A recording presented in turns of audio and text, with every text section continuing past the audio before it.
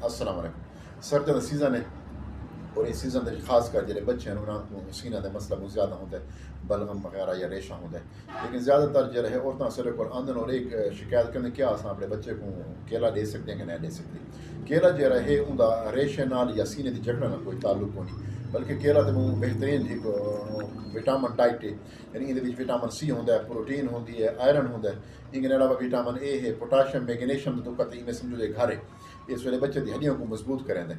और केला जो है ये लोगों की गलत केले के बारे ये पाई पैंती कि केला जो रेशा बनेंदा है या नमूनिया बनेंदा है।